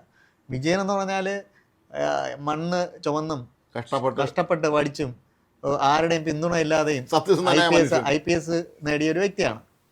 അതേപോലെ ഒരു വ്യക്തിയെ സസ്പെൻഡ് ചെയ്യിപ്പിക്കാൻ ശ്രമിച്ചു. സസ്പെൻഡ് ചെയ്യിപ്പിക്കുക എന്ന് പറഞ്ഞാൽ സേനയിൽ നിന്ന് ഇല്ലാതാക്കുക. അപ്പം അതുകൊണ്ട് തന്നെ തിരിച്ച് ചെയ്താലോ തെളിവുള്ള കേസുകളിൽ അജിത് കുമാർ നിന്നാലോ നമുക്ക് ഒന്നും പറയാൻ പറ്റത്തില്ല. തെളിവ് ശേഖരിക്കാൻ യാതൊരു ബുദ്ധിമുട്ടില്ല. ചുരുക്കത്തിൽ സൂപ്പർ DGP ആയി നടന്നിരുന്ന MR അജിത് കുമാർ ഇനി മുൻ ADGP എന്നുള്ള പേരിൽ ഭാവിയിൽ അറിയപ്പെടും. മുൻ ADGP ആയിട്ട് എങ്ങനെ പെൻഷൻ പറ്റുന്നവരെ സസ്പെൻഷൻ തുടരുമോ, അല്ല ഇനി പെൻഷൻ വാങ്ങിക്കാൻ പറ്റുമോ, അല്ല ജയിലിൽ പോകേണ്ടി ഒരു ചില്ലറ കേസല്ല അങ്ങനെയൊക്കെ പറയുന്ന ഒരു വലിയ പ്രതിസന്ധി അദ്ദേഹത്തിന് മുന്നിലുണ്ട്. പ്രതിസന്ധിയിൽ ഒരു പോലീസാണ് അദ്ദേഹത്തെ, ഞാൻ പറഞ്ഞില്ലേ, മുതിർന്ന ഇപ്പൊ ശ്രീജിത്ത് ആയാലും മനോജ് എബ്രഹാം സാറായാലും വിജയനായാലും ഇവരെല്ലാം ഇദ്ദേഹത്തിന്റെ ഉപദ്രവങ്ങൾക്ക് പാത്രമായവരാണ്. അതുകൊണ്ട് തന്നെ ഇവരുടെ ആരുടെയും പിന്തുണ, പോലീസ് സേനയിലെ ആരുടെയും പിന്തുണ അദ്ദേഹത്തിന് ഇല്ല എന്നുള്ളത്. ഇത്തരക്കാർക്ക് സംഭവിക്കുന്ന ദുരന്തം അങ്ങനെയാണ്. അപ്പോൾ ഏതായാലും നമുക്ക് അങ്ങനെ തന്നെ കരുതാം. കാരണം MRIത്തിന്റെ കാര്യത്തിൽ തീരുമാനമായിട്ടുണ്ട്. നമ്മൾ ഇനി ചർച്ച ചെയ്യേണ്ട ഒരു കാര്യം, നമ്മുടെ AKG ഭവനിൽ കഴിഞ്ഞ ദിവസം നടന്ന ഇതുണ്ടല്ലോ, പോലീസ് അറസ്റ്റ് ചെയ്യാനെത്തിയ സംഭവം ഉണ്ടല്ലോ, SFI വരുന്നത് അതിനെ പിടിക്കാൻ വന്നു. അപ്പോൾ അതിൽ ഇവിടെ വൻ പെർഫോമൻസ് ആയിരുന്നു. ഇവരെ കണ്ടില്ല, നമ്മൾ ബ്രിട്ടാസിൻ്റെ ഒക്കെ ആംബിയർ ഷോയും അതിൻ്റെ ഇംഗ്ലീഷൊക്കെ പറയുന്നു, നമ്മൾ മറ്റു പലരും പോലെ പൊട്ട ഇംഗ്ലീഷിൽ നല്ല ഇംഗ്ലീഷൊക്കെ പറയുന്നു, യൂണിഫോമായിട്ടുണ്ട് വന്ന് പിടിക്കുമെന്നൊക്കെ പറയുന്നുണ്ട്. ഇത് കാണുമ്പോൾ സത്യം പറഞ്ഞാൽ എനിക്കിത് ചിരിയാണ് തോന്നിയത്. കാരണം നമ്മുടെ ഈ സ്ഥാപനത്തിൽ, നമ്മുടെ മറുനാടൻ മലയാളിയിൽ ഈ റെയ്ഡിനൊന്നും അവരല്ലോ ഈ നിയമം പോലും പാലിച്ചിട്ടുണ്ടെന്ന് ഇവരിങ്ങോട്ട് പറഞ്ഞു. അല്ല, ഒന്നും പാലിച്ചിരുന്നില്ല. നമ്മുടെ വിഷലുണ്ട് യൂണിഫോം ഇടാത്ത നിൽക്കുന്ന പോലീസ് ഉദ്യോഗസ്ഥന്മാരെ നീണ്ട നേരം. അതുമല്ല, എനിക്ക് വേറൊരു രസകരമായ സാധനം എന്ന് പറഞ്ഞാൽ AK സെന്ററിൽ പോലീസ് കയറി, അവര് തന്നെ പറയുന്നുണ്ട് ആ ഐഷ ഘോഷ് കേസൊക്കെ ഉണ്ട്, അത് ഇങ്ങനെയല്ല, ഇവിടെ ഒന്ന് പിടിക്കാൻ കേസാണ്. അതെ, 2000 അങ്ങനെ പറയുന്നുണ്ട്. പക്ഷേ സ്വാഭാവികമായിട്ട് ഇപ്പം ഉണ്ടായ സമരത്തിന്റെ പ്രക്ഷോഭത്തിന്റെ പശ്ചാത്തലത്തിൽ തന്നെയാണ് കേന്ദ്ര സർക്കാർ ഇത്തരം നടപടികൾ എടുത്തത്. കേരളത്തിലെ BJPയുടെ സംസ്ഥാന കമ്മിറ്റി ഓഫീസ് ആക്രമിക്കപ്പെട്ടിട്ടുണ്ട്. ഉണ്ട്. ആരാണ് ആക്രമിച്ചത്? ആ പ്രതിയെ പിന്നീട് CPM സ്ഥാനാർത്ഥിയാക്കിയവരെ മത്സരിപ്പിച്ചിട്ടുണ്ട് കോർപ്പറേഷനിൽ. അതെ. അപ്പം അങ്ങനെയൊക്കെ ചെയ്യുന്നവരാണ്. പോലീസ് നിയമപരമായ നടപടികൾക്ക് വേണ്ടി AK സെന്ററിൽ കയറുമ്പോൾ, ഡൽഹിയിലെ AK സെന്ററിൽ കയറുമ്പോൾ ഇത്തരം പ്രശ്നങ്ങൾ ഉണ്ടാക്കുന്നു എന്നുള്ളതാണ്. ഇന്നിപ്പം ലോക്സഭയിലും അല്ല രാജ്യസഭയിലെല്ലാം ബ്രിട്ടാസ് ഇത് വിഷയം വലിയ തോതിൽ ചർച്ചയാക്കി. ചോദിക്കുന്നു, നിങ്ങളെ യൂണിഫോം എവിടെ? ഞാനൊരു ഉന്നത പോലീസ് ഉദ്യോഗസ്ഥനോട് സംശയം ചോദിച്ചു. യൂണിഫോം ഇട്ടാലേ ഇതുപോലെ റെയ്ഡിനൊക്കെ ചെല്ലാൻ പറ്റും, ഒരു കുഴപ്പമില്ലെന്ന് പറഞ്ഞു. യൂണിഫോം ഇടണമെന്ന് യാതൊരു നിയമമില്ല, നിങ്ങൾക്ക് റെയ്ഡ് നടത്താൻ ചെല്ലാം. അവർ നിങ്ങളോട് നിങ്ങൾ ID പ്രൂഫ് ആവശ്യപ്പെട്ടാൽ അവർ കാണിച്ചിട്ടുണ്ടാവും. അതല്ല, അത് ഈ യൂണിഫോം ഇട്ടുകൊണ്ട് വരണം, നെയിം പ്ലേറ്റ് വയ്ക്കണമെന്നൊക്കെ, അത് ബ്രിട്ടാസിന്റെ സ്വന്തം നിയമമായിരിക്കും എന്ന് പറഞ്ഞു. നിയമവിരുദ്ധമായിരുന്നില്ല, പക്ഷേ പ്രതികാര നടപടിയാണ് AK സെന്ററിൽ ഉണ്ടായത്, ഇപ്പോഴുള്ള ഡൽഹി പ്രശ്നങ്ങളുടെ അത് പശ്ചാത്തലത്തിൽ തന്നെ. നമ്മള് കർമ്മഫലം അതെ. അടിച്ചാൽ തിരിച്ചടിക്കും. അതെ, അതാണ് നമുക്കെതിരെ വന്നാല് നമ്മളെ വേറെ നമ്മളെ വീട്ടിൽ ആയുധങ്ങൾ. കയറുമ്പോഴേ കാര്യം മനസ്സിലാവുള്ളൂ. നമ്മളെ ഓഫീസിലും നമ്മുടെ ആളുകളുടെ വീടുകളിലും ഇവരും നടത്തിയ വൃത്തിയെടുത്ത് അതേപോലെ ബ്രിട്ടാസ് എന്ന് പറഞ്ഞ പാർലമെന്റിലെ രാജ്യസഭയിൽ പ്രസംഗിച്ചതിന് ശേഷം അദ്ദേഹം പറഞ്ഞൊരു സാധനം എന്ന് പറഞ്ഞാല്, അദ്ദേഹം പ്രസംഗിച്ചപ്പോൾ രാജ്യസഭ TV ക്ലോസപ്പ് കൊടുത്തില്ല, ലോങ് ഷോട്ടാണ് കൊടുത്തത്, വ്യക്തമായി തെളിയാൻ പറ്റിയില്ല. ഇങ്ങനെ കാണിക്കുന്നത് ശരിയല്ല, ഇതെന്ത് ജനാധിപത്യം എന്നാണ് ചോദിച്ചത്. നമ്മുടെ കേരളത്തിലെ നിയമസഭയിൽ പിണറായി വിജയൻ മുഖ്യമന്ത്രി ആയിരുന്നപ്പോൾ പ്രതിപക്ഷത്തിന്റെ പ്രതിപക്ഷത്തിന്റെ മുഖമോ ഒന്നും അവര് സഭാ ടി വിയിൽ കാണിക്കില്ലായിരുന്നു. അല്ല, ഇവരെ തോലിക്കട്ടി സമ്മതിക്കണം. അതെ, അപ്പൊ കേരളത്തില് ചെയ്തതൊക്കെ തന്നെയാണ് കേരളത്തിൽ ചെയ്തതിന് തന്നെ തിരിച്ച് അവിടെ നിന്ന് പണി കിട്ടുമ്പം അത് പ്രശ്നമാവുകയാണ്, അത് ജനാധിപത്യ വിരുദ്ധമാവും. പിന്നെ ഒരു കാര്യം സമ്മതിക്കണം, ബ്രിട്ടാസ് നല്ല ഇംഗ്ലീഷ്, നല്ല വടിവത്തെ ഇംഗ്ലീഷ് കുഴപ്പമൊന്നുമില്ല, നന്നായിട്ട് അവരുടെ കാര്യങ്ങൾ കമ്മ്യൂണിക്കേറ്റ് ചെയ്ത്. മറ്റേ ഇംഗ്ലീഷ് അറിയാൻ പാടില്ല വല്ലവരാണെങ്കിൽ പെട്ടുപോകുമായിരുന്നു. ആ ഉദ്യോഗസ്ഥയും തിരിച്ച് മാന്യമായി പെരുമാറി. അവർ പറഞ്ഞു, ഞാൻ മഴയാകൊണ്ട് ഇങ്ങോട്ട് വന്നതാണ്, ഞാൻ ഇവിടെ വിടാൻ പറ്റില്ലായിരുന്നു, ഞാൻ പിന്നീട് വന്ന് പിടിച്ചത്. പക്ഷേ ഈ പറഞ്ഞ ആ പെൺകുട്ടി ഇപ്പോഴും പാർട്ടി ഓഫീസിൽ തന്നെ ഇരിക്കുന്നു. പാളയത്ത് നമ്മൾ കണ്ടാണല്ലോ, ജീവനക്കാരെ ഉദ്യോഗസ്ഥന്മാരെ ആക്രമിച്ചവരെ കൊണ്ട് പാർട്ടി ഓഫീസ് വെച്ച് ആരും ഇല്ലായിരുന്നു എന്നാണ് പറഞ്ഞത്. പക്ഷേ അവിടുന്ന് തന്നെ പോലീസ് പിടിച്ചു എന്നുള്ളതാണ്. അല്ല, അപ്പോൾ ഇത് നമ്മൾ ഒന്ന് ചിന്തിക്കേണ്ടത്, എല്ലാ കാര്യങ്ങളിലും ഈ ആശാന്മാരുടെ ഇരട്ടത്താപ്പാണ്. ബ്രിട്ടാസ് ഭയങ്കര പെർഫോം ചെയ്യുന്നുണ്ട്. കാര്യം ഇവിടെ പോയ ഇടതുപക്ഷത്ത് വേറെ ആൾക്ക് ഇംഗ്ലീഷ് പ്രസംഗിക്കാൻ അറിയാൻ പാടില്ലാത്തതുകൊണ്ട് അത് അതിന് സംസാരിക്കാൻ പറ്റും. അല്ല, രാജ്യസഭയിലും അങ്ങനെ ഒരു പ്രതിപക്ഷ നിലയിൽ ബ്രിട്ടാസിനോളം ഭാഷ കൈകാര്യം ചെയ്യാൻ പറ്റുന്ന ഒരാൾ ഇപ്പൊ ഇല്ല. ഇവിടെ പേരില്ല. ഇവിടുന്നല്ല, ഞാൻ പറഞ്ഞത് ഇവിടുന്നല്ല, മൊത്തത്തില് BJP ഭരണപക്ഷത്തല്ലേ, പ്രതിപക്ഷത്ത് ഈ വിഷയങ്ങൾ ഉന്നയിക്കാനും സംസാരിക്കാനും. ഇപ്പൊ ലോക്സഭയിലാണെങ്കിൽ NK പ്രേമചന്ദ്രനെ പോലെ ഒരു വലിയ മിടുക്കനുണ്ട്, വലിയ മിടുക്കനായ ഉണ്ട്, ഒരുപാട് പേരുണ്ട്, അതെ, മിടുക്കന്മാരുണ്ട്. പക്ഷെ ഈ രാജ്യസഭയിലൊക്കെ പ്രതിപക്ഷവും പേയ്മെന്റ് സീറ്റ് ആയതിന്റെ ഒരു പ്രശ്നം കാരണം ഇപ്പം പഴയ പുലികളൊന്നും അവിടെ ഇല്ല. അത് ശരിയാണ്, ഇപ്പോഴത്തെ ഒരു അവസ്ഥ അങ്ങനെയാണ്. അല്ല, എങ്കിൽ പോലെ ബ്രിട്ടാസിനെ പോലുള്ള ആളുടെ തിരിച്ച് ചോദിക്കേണ്ടതാണ് ഇത് പറഞ്ഞാൽ. മറുനാടൻ മലയാളിയെ പൂട്ടിക്കാൻ വേണ്ടി നമ്മുടെ ഓഫീസിൽ കയറി ഇത്രയും അതിക്രമം കാണിച്ച് നമ്മുടെ ചീഫ് എഡിറ്റർ വീട്ടിൽ ഇരുന്നിട്ട് ഷർട്ടിടാൻ പോലും, അച്ഛനും അമ്മയുടെ പ്രായമായ അച്ഛൻ്റെ ഭക്ഷണം കഴിച്ചുകൊണ്ടിരിക്കുമ്പോൾ ഷർട്ടിടാൻ പോലും അനുവദിക്കാതെ പിടിച്ചോണ്ട് ചെയ്ത്. ഇതൊക്കെ എവിടുത്തെ ന്യായമാണ്? അപ്പം ഇവർക്ക് ഞങ്ങളെ നേരെ വന്നാൽ മാത്രമേ പ്രശ്നമുള്ളൂ. ബാക്കി ഞങ്ങൾ നാട്ടുകാരെ എന്തും ചെയ്യും. എല്ലാ കാര്യവും ഇങ്ങനെയാണ്. ഇവർക്ക് രണ്ട് ഇരട്ടത്താപ്പാണ് എല്ലാ കാര്യങ്ങളിലും. അവർക്ക് വരുമ്പം അത് വലിയ വിഷയമാണ്. ഞങ്ങൾക്ക് ആരെയും എന്തും ചെയ്യാമെന്നുള്ളതാണ്. അത് ആരുടെ എല്ലാം നേരെ ഇവരിതെല്ലാം ചെയ്തിട്ടുണ്ട്. ആ കോഴിക്കോട്ട് 2 പിന്നെ വിദ്യാർത്ഥികളെ പിടിച്ചോണ്ടില്ല, മാവോയിസ്റ്റ് വന്നു, അലനും താഹി. എന്നിട്ട് അവരെ പാർട്ടി കുടുംബത്തിൽപ്പെട്ടവരാണ്. എന്നിട്ട് അന്ന് ഇവരുടെ വിശദീകരണം കേട്ട് നമ്മളെ കണ്ണുകളിൽ പോയിരുന്നു. അതൊരു മാവോയിസ്റ്റ് ഒന്നും 12 വെടിവെച്ച് വന്നത്. ഇതൊക്കെ എവിടത്തെ ന്യായം എന്ന് ചോദിക്കണം. അങ്ങനെയാണെങ്കിൽ ഇവരെ സംബന്ധിച്ചിടത്തോളം ഞങ്ങൾ ഭരിക്കുമ്പോൾ ഞങ്ങൾ എന്തും ചെയ്യും. അത് ഞങ്ങൾ പക്ഷേ പ്രതിപക്ഷത്തിരിക്കും ഞങ്ങളൊന്നും ചെയ്യാൻ പാടില്ല എന്നുള്ളതാണ്. ഈ ഇവിടുത്തെ ED ഓഫീസിൽ ED ഉദ്യോഗസ്ഥന്മാർ പിണറായി വിജയൻ്റെ മകളുടെ വീട്ടിൽ റെയ്ഡ് നടത്തിയതിന് ഡൽഹിയിൽ പ്രദർശിച്ചില്ലേ? അതിന് ഉളപ്പുണ്ട് അവർക്ക്. ആൾക്കാർ MA ബേബിയും ജയിക്കും എല്ലാം കൊണ്ട് MA കൈ കെട്ടി ഇങ്ങനെ ചാടി പോകുന്നത് നമ്മൾ മൊഴി വന്നതിന് ശേഷം ഇവരൊന്നും പ്രതികരിക്കുന്നില്ല. അച്ഛനെ അറിയാവൂ, കർത്ത എങ്ങനെ പറഞ്ഞിട്ടുണ്ടെന്നൊക്കെ പറയുമ്പോൾ ആരും ഒന്നും മിണ്ടുന്നില്ല. അപ്പൊ അന്ന് ഇവിടെ കാട്ടിക്കൂട്ടിയ പരാക്രമക്കാർ സമാനം പറയും. ഇപ്പൊ ജയിലിൽ കിടക്കുന്നവന്മാർ ചോദിക്കാനും പറഞ്ഞ ആരുമില്ല, അവരോടെ കിടന്നോളൂ. വേറെ വഴിയില്ലാത്തവണ്ണം അവരോടെ കിടക്കും. പക്ഷേ ഇവരെ വാക്കും കണ്ട് ഇറങ്ങി പുറപ്പെട്ടതായിരിക്കും സംഭവം. ഏറ്റവും ഒടുവിലായി നമ്മൾ തിരുവനന്തപുരത്ത് DFIയുടെ ജില്ലാ സമ്മേളനത്തിൽ പാവപ്പെട്ട P. ബിജുവിൻ്റെ മരിച്ചിട്ട് 6 വർഷമായി. സഭ DFI നേതാവായിരുന്നു. ബിജുവിനെ സ്മാരകം ഉണ്ടാക്കാൻ വേണ്ടി പൈസ വെച്ചിട്ട് ഇപ്പോൾ പൈസയും ഇല്ല, സ്മാരകവും ഇല്ല. അപ്പോൾ ഇത് വളരെ ജനകീയനായ, നമുക്കെല്ലാം വളരെ ഒരു സ്വാധീനായ ഒരു ചെറുപ്പക്കാരനായിരുന്നു. കോവിഡ് വന്നിട്ട് മരിച്ചാണ്. മെഡിക്കൽ കോളേജിൽ നമ്മൾ ചാനൽ ചർച്ചയ്ക്ക് വിളിക്കുമ്പോൾ ഓടി വരുമായിരുന്നു. അതേ കൃത്യമായിട്ട് കാര്യങ്ങൾ പഠിച്ചിട്ട് വന്ന് നല്ല മാന്യമായ ഭാഷയിൽ, ഒരിക്കലും അയാൾ മോശം ഭാഷ ഉപയോഗിക്കുന്ന ആൾ മാന്യമായ ഭാഷയിൽ എതിർപക്ഷത്തു നിന്നുള്ള നീക്കങ്ങളെയൊക്കെ തന്നെ ശക്തിയായി ചെറുക്കാൻ ചെയ്യുന്നത് നല്ല മിടുക്കനായിരുന്നു. എന്നിട്ട് പൈസ പിരിച്ചത് 6 വർഷം മുമ്പ് ആംബുലൻസ് വാങ്ങിക്കാൻ വേണ്ടി പൈസ പിരിച്ചു എന്ന് പറയുന്ന ഈ കൂട്ടത്തിൽ ഇത് അവസാനം ജില്ലാ സമ്മേളനത്തിൽ കുറ്റസംഭവം നടത്തി. ഇത് ഞങ്ങളെ പറ്റിയ പിഴവാണെന്ന്. അപ്പോൾ ഒരു പാർട്ടി എന്തുമാത്രം അതപ്പ് വെച്ച് താഴോട്ട് പോയിരിക്കുന്ന കമ്മ്യൂണിസ്റ്റ് പ്രസ്ഥാനങ്ങളെ സംബന്ധിച്ചിടത്തോളം മുമ്പ് ഈ എവരിനെ പറയുന്നത് കോൺഗ്രസ്സുകാർ ഈ സ്മാരകം ഉണ്ടാക്കാറങ്ങിയാൽ പിരിച്ച് പൊട്ടടിക്കുന്നവന്മാരാണ്. പയ്യന്നൂരിലെ തോൽവി അതാണ്. പയ്യന്നൂരിലെ തോൽവി കാരണമാണ് തളിപ്പറമ്പിലും തോറ്റത്. തളിപ്പറമ്പിലെ തോൽവി കാരണം തൃക്കരിപ്പൂരും തോറ്റ്, എല്ലായിടം തോറ്റില്ലേ? അപ്പോൾ അത് സ്വാഭാവികമായി ഈ ബിജു രക്തസാക്ഷിയല്ല, ബിജു ചുമന്ന മത്സരം. ബിജു പാർട്ടി പ്രവർത്തകനാണ്, പാർട്ടി പ്രധാനപ്പെട്ട ഒരു ആളായിരുന്നാണ്, അതുപോലെ ഭാവി ഉണ്ടാകുന്ന ചെറുപ്പക്കാരനാണ്. ഭാവി എന്ന് പറഞ്ഞാൽ ജനങ്ങളുമായിട്ട് കമ്മ്യൂണിക്കേറ്റ് ചെയ്യാൻ അറിയാവുന്ന ഒരു മര്യാദ പെരുമാറുന്ന ഒരാളായിരുന്നു. അപ്പോൾ അതുകൊണ്ട് നല്ലൊരു രാഷ്ട്രീയ ഭാവി ഉണ്ടാകുന്ന ചെറുപ്പക്കാരൻ്റെ മെഡിക്കൽ കോളേജിൻ്റെ അവിടെ റെഡ് കെയർ എന്നങ്ങാണ്ട് പറഞ്ഞാണ് ഒരു പ്രസ്ഥാനം തുടങ്ങായിരുന്നത്. അവിടെ വരുന്ന രോഗികൾ ഞങ്ങൾ ഒരേ കാലഘട്ടത്തിൽ പഠിച്ചവരായതുകൊണ്ടും ആ ഞാൻ ആർട്സ് കോളേജിലാണ് പഠിച്ചതുകൊണ്ടും എനിക്ക് അന്ന് മുതൽ തന്നെ ഇദ്ദേഹത്തെ അറിയാം. വളരെ ഈ അടുത്തറിയാം. ബിജുവിന്റെ വീട്ടുകാരുടെ കാര്യം ഒന്ന് ആലോചിച്ച് നോക്കുക. ആ മനുഷ്യരാ അവർക്കൊന്നും പറയാനും പറ്റില്ലല്ലോ. അവർക്ക് വിഷമം കൊണ്ട് ഈ പാർട്ടിയിലേക്ക് പറിച്ചിട്ടെന്ന് പറയാനും പറ്റില്ല. പാർട്ടിക്കകത്ത് പറഞ്ഞിട്ട് കാര്യമില്ല. ഇപ്പം കുറ്റസമ്മതം നടത്തിയിരിക്കുന്നു, ഒന്നും ചെയ്യാൻ കഴിഞ്ഞില്ല. പല ബ്ലോക്ക് മറ്റുള്ള പണം പിരിച്ചു തന്നില്ല. അന്ന് പിരിച്ചല്ലേ. പിന്നെ എന്തോ വേറെ എന്തൊക്കെയോ ഫണ്ട് വർഷം നടത്തിയിരുന്നു ബിജുവിന്റെ പേരിൽ ബുക്ക് ഇറക്കിയത്. ഇതൊക്കെ എവിടെ പോയി എന്നുള്ള ആർക്കും അറിയില്ല. ചുരുക്കത്തിൽ ഇപ്പോൾ കഴിഞ്ഞ ദിവസം കേന്ദ്ര കമ്മിറ്റി ഇറക്കിയ എന്താണ് വിശദീകരണത്തിലും പറയുന്നത് പാർട്ടിക്ക് കുഴപ്പം പറ്റി എന്നുള്ള രീതിയിലാണ്. പാർട്ടിക്ക് വലിയ കുഴപ്പം പറ്റിയെന്നാണ് അതിൽ പറയുന്നത്. കാര്യം എന്ന് പറഞ്ഞാൽ അണികൾ അകന്നുപോയി. അതിന് തെളിവാണ് പയ്യന്നൂരിലെയും തളിപ്പറമ്പിലെയും അമ്പലപ്പുഴയിലെയും തോൽവി എന്ന് അതിൽ കൃത്യമായി തന്നെ പറയുന്നുണ്ട്. ശൈലജ ടീച്ചറിനെ മണ്ഡലം മാറ്റിക്കൊണ്ട് നമ്മൾ എന്ത് ന്യായീകരണം പറഞ്ഞാലും ജനങ്ങൾക്ക് അത് ഉൾക്കൊള്ളാൻ പറ്റിയില്ല എന്ന് കൃത്യമായിട്ട് ജനത്തിനെ മനസ്സിലാക്കാൻ കഴിഞ്ഞില്ല ഇവന്മാർക്കെന്നുള്ളതാണ്. പിണറായി വിജയന്റെ മുന്നിൽ നിർത്തി തെരഞ്ഞെടുപ്പിനെ പ്രചരണത്തെ നേരിട്ടത് മണ്ടത്തനായി പോയെന്ന് അതിൽ എഴുതി വെച്ചിട്ടുണ്ട്. പക്ഷെ എന്നാലും ഇവർക്കെതിരെ ഒന്നും അവർക്ക് നടപടിയെടുക്കാൻ ഇല്ല. അല്ല, എന്തായാലും ബ്രിട്ടാസിന്റെ ഷോ ഗംഭീരമായിരുന്നു. പക്ഷേ അത് കുറച്ച് കേരളത്തിലെ ജനങ്ങൾ, പ്രബുദ്ധരായ ജനങ്ങൾ അത് മനസ്സിലാക്കും. ഇവർ പല സ്ഥാപനങ്ങളിലും കയറി നടത്തിയിട്ടുണ്ട്. ഇവർ പോലീസിനെ ഉപയോഗിച്ച് നടത്തിയ നാരദായിട്ടും വൃത്തികേടുകളും അന്ന് ഈ അൻവറിനെയും ഇവരെ LFI ശശി എല്ലാവരും കൂടെ ഒരുമിച്ച് ചേർന്ന് നിന്നുകൊണ്ട് നടത്തിയ ഒരുപാട് മനുഷ്യരെ ഉപദ്രവിച്ചതിൻ്റെ ദ്രോഹിച്ചതിൻ്റെ കഥകളുണ്ട്. അതൊക്കെ ആരും ഓർക്കാൻ. എന്തായാലും ഒരു പ്രധാനപ്പെട്ട കാര്യം കൂടെ നമുക്ക് ചർച്ച ചെയ്യാൻ കഴിയില്ല. ഒന്ന് വിശദീകരിച്ച് പോകേണ്ടതുണ്ട്. മുഖ്യമന്ത്രി വി ഡി സതീശൻ ഓരോ പത്രസമ്മേളനം മന്ത്രിസഭാ കൺവെൻഷൻ നടത്തുമ്പോഴും അദ്ദേഹം അടിച്ച് നിരപ്പാക്കി താർത്തിട്ടേ പോവുള്ളൂ.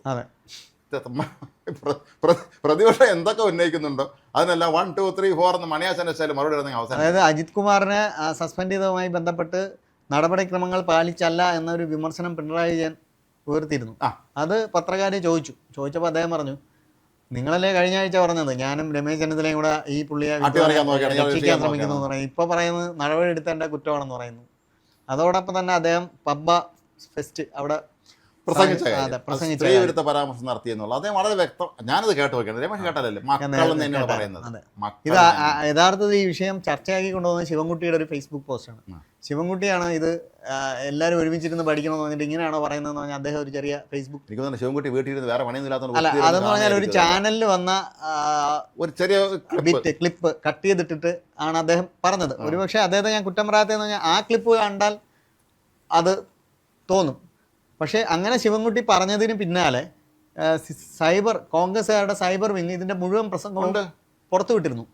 അപ്പം ഞാനൊക്കെ ആ പ്രസംഗം അന്ന് തന്നെ കേട്ടാണ്. ഞാൻ തിങ്കളാഴ്ച എന്തോ അതോടെ ആ വിവാദം തീരേണ്ടതാണ്. പിന്നെ ഈ വിവാദം വേറെ ഒന്നും പറയാനില്ല. അതെ, വിവാദമല്ല, ഇത് ശ്രദ്ധിക്കുന്നില്ല. മറ്റേ ആ ചാനലിന്റെ ബൈറ്റ് മാത്രം വെച്ച് സംസാരിച്ചെടുത്താണ് ഇന്ന് മാധ്യമങ്ങളെ പ്രഹരിക്കാനും അല്ലെങ്കിൽ മറുപടി പറയാനും എല്ലാം സതീശന് പറ്റുന്നത്. കൃത്യമായിട്ട് പറയാൻ കഴിഞ്ഞില്ല. അതേ പക്ഷേ അതിന്റെ ഭാഗം അദ്ദേഹം കൃത്യമായി ന്യായീകരിച്ചു.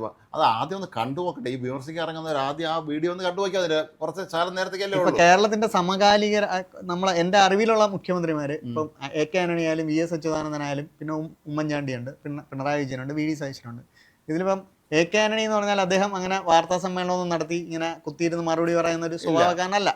പക്ഷെ അദ്ദേഹത്തിന്റെ കാലത്തെ രീതികളനുസരിച്ച് അദ്ദേഹം ചില പ്രതികരണങ്ങൾ നടത്തുന്നുള്ള ഇതേപോലൊരു സമഗ്രമായ വാർത്താ സമ്മേളനം ഒന്നും ഉള്ള ഇതൊരു രക്ഷയില്ല. അത് കഴിഞ്ഞിട്ട് വന്ന VS അച്യുതാനന്ദനും ഒരു ബഹുമാനത്തിന്റെ നിൽക്കുന്നുണ്ട്. അദ്ദേഹത്തോട് ഒരു പത്രസമ്മേളനം പ്രത്യേകത, അദ്ദേഹം പത്രസമ്മേളനം കഴിഞ്ഞിട്ട് അത് എണീറ്റ് നടന്നിങ്ങനെ വരും. ആ ഒരു കോണിലെത്തുമ്പോൾ അതെന്ന് ചോദിക്കും, കൃത്യം അദ്ദേഹം ഉത്തരം പറയും. അത് CPM-ന്റെ ഉൾപാർട്ടി പ്രശ്നവുമായി ബന്ധപ്പെട്ട ഏതെങ്കിലും ഒരു വിവാദകാരിയായിരിക്കും. പിന്നീട് വന്ന ഉമ്മൻചാണ്ടി എന്ന് പറഞ്ഞാൽ ചോദിക്കുന്ന ചോദ്യത്തിനെല്ലാം മറുപടി പറഞ്ഞിട്ടേ പുള്ളി ഉമ്മൻചാണ്ടി അക്കാര്യത്തിൽ എല്ലാത്തിനും മറുപടി പറയും. ബബ്ബ പുള്ളി പറയുമല്ലോ, ബബ്ബ എന്ന് പറഞ്ഞിട്ട് ആലോചിച്ചിട്ടെങ്കിലും വളരെ കൃത്യമായ മറുപടി, പ്രശ്നരഹിതമായ മറുപടി അദ്ദേഹം പറയും. പിണറായി വിജയൻ വന്നപ്പോഴാണ് ഒരു മണിക്കൂർ പത്രസമ്മേളനം പുള്ളി ഒരു 45 മിനിറ്റ് സംസാരിക്കും. പിന്നെ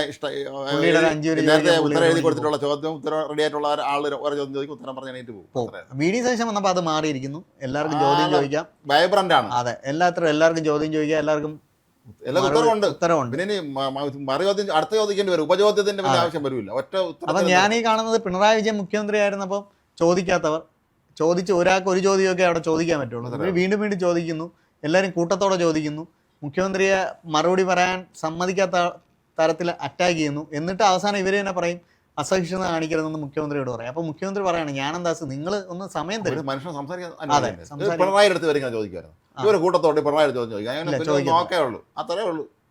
എന്തായാലും VD സതീശൻ കൃത്യമായി മാധ്യമങ്ങളെ അഭിസംബോധന ചെയ്യുന്നുണ്ട്. നമ്മളിപ്പോൾ പ്രധാനമന്ത്രി നരേന്ദ്രമോദിക്ക് പോലും അതിന് പറ്റുന്നില്ല എന്നുള്ള വിൻഡി സതീശൻ്റെ ഏറ്റവും വലിയ പ്രത്യേകത എനിക്ക് തോന്നുന്നത് അത് നല്ല അക്കാഡമിക്കാണ്. അല്ല, communicate ചെയ്യാൻ പറ്റും, കമ്മ്യൂണിക്കേറ്റ് ചെയ്യാൻ പറ്റും. നല്ല വായനയുടെ പിൻബലം അദ്ദേഹത്തിനുണ്ട്. കൃത്യമായിട്ട് അത് നിയമസഭയിലും പുറത്താണെങ്കിലും ഷാർപ്പാണ് അദ്ദേഹം. വളരെ ഷാർപ്പ് ഇൻ്റലിജൻ്റ് ആണ്. കൃത്യ ഉത്തരം പറഞ്ഞിരിക്കും. ഉത്തരം സമര പഠനം അല്ലെങ്കിലും അദ്ദേഹം ഒരു വലിയ കമ്മ്യൂണിക്കേറ്ററാണ്. അല്ല, അതെപ്പോഴും വേണം. നല്ലൊരു പാർലമെന്റേറിയൻ എന്നുള്ള നിലയിൽ മാത്രമല്ല, അദ്ദേഹം പുറത്തും സഭയ്ക്ക് പുറത്തും അദ്ദേഹത്തിന് ഭംഗിയായിട്ട് ഇത്തരം കാര്യങ്ങൾ അദ്ദേഹം നന്നായിട്ട് പെർഫോം ചെയ്യാൻ കഴിയുന്നുണ്ട്. അത് വളരെ പ്രധാനപ്പെട്ട കാര്യമാണ്. ഇന്ന് ഗുരുപൂർണിമ ദിനമാണ്. പക്ഷെ ഏറ്റവും നമ്മൾ ദുഃഖിപ്പിക്കുന്ന കാര്യം കേരളത്തിലെ 3 അധ്യാപികമാർ ഈ മയക്കുമരുന്ന് കേസിൽ പെട്ട് അകത്തായതാണ്. നമുക്കത് കേരളം വളരെ ഞെട്ടലോടെയാണ് കാണുന്നത്. കാരണം നമ്മളെ മക്കളെല്ലാം വിശ്വസിച്ച് ഏൽപ്പിക്കുന്നത് നമ്മുടെ അധ്യാപകരാണ്. നമുക്ക് ഏറ്റവും പ്രത്യേകിച്ച് മലബാറിലെ സ്കൂളുകളിൽ മയക്കുമരുന്നിന്റെ സ്വാധീനം വളരെ കാലം കൊണ്ട് വളരെ കൂടുതലാണ്. ഈ 3 പേരും മയക്കുമരുന്ന് ഉപയോഗിക്കുന്നവരാണെന്നാണ് ഇപ്പോൾ ഉപയോഗിക്കുന്നവരും പൈസ ഉണ്ടാക്കുന്നവരും ചിലപ്പോൾ ഇവരെ ഏതെങ്കിലും ചതിയിൽപ്പെടുത്തി ഇങ്ങനെ വീഴ്ത്തി ഒരു അവസരത്തിൽ പെടുത്തിയിട്ട് ഇങ്ങനെയൊക്കെ ചെയ്യിക്കുന്നതാവാം. പക്ഷെ അവരെ കണ്ടെത്തണം അങ്ങനെ ഉണ്ടെങ്കിൽ.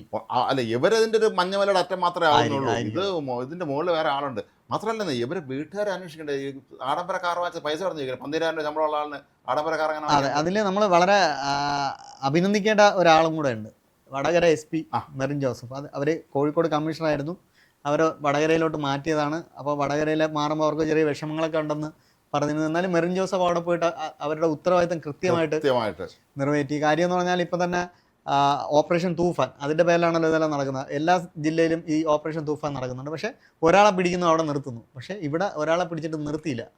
ആദ്യം പിടിച്ച ആളിനെ ഫോളോ ചെയ്തു, അദ്ദേഹത്തിൻ്റെ കൃത്യമായി ചോദ്യം ചെയ്തു. അദ്ദേഹത്തിൻ്റെ പൈസ എവിടെയാണ് പോകണമെന്ന് കണ്ടെത്തിയപ്പോഴാണ് ഈ 3 അധ്യാപികമാരിലേക്ക് വന്നത്. വേണമെങ്കിൽ ആദ്യത്തെ അധ്യാപികയെ പിടിച്ചിട്ട് നിർത്താമായിരുന്നു. അങ്ങനെയല്ല, 2ാമത് ആളെ പിടിച്ചു, 3ാമത് ആളെ പിടിച്ചു. ഇന്ന് ഒരു വാഹന ഡെലിവറി ബോയെ പിടിച്ചു. വരുന്ന റിപ്പോർട്ട് അനുസരിച്ച്, അതായത് ഈ ഒരു കേസുമായി ബന്ധപ്പെട്ടാണ് വയനാട്ടിലെ ഒരു പ്രധാനപ്പെട്ട ഒരാളെയും പോലീസ് പിടിച്ചിട്ടുണ്ട്. അപ്പം ഇങ്ങനെ ഒരു